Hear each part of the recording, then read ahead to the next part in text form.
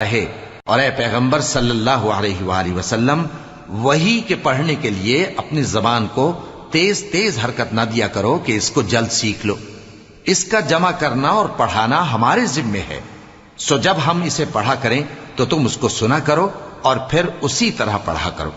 پھر اس کے معانی کا بیان بھی ہمارے ذمے ہے۔ مگر لوگو، تم دنیا کو دوست رکھتے ہو اور آخرت کو چھوڑے دیتے ہو۔ اس روز بعض چہرے رونقدار ہوں گے، اپنے پروردگار کی طرف نظر کیے ہوئے ہوں گے، اور بہت سے چہرے اس دن اداس ہوں گے، خیال کریں گے کہ ان کے ساتھ کمر توڑ معاملہ کیا جائے گا۔ ہاں، جب جان گلے تک پہنچ جائے اور لوگ کہنے لگیں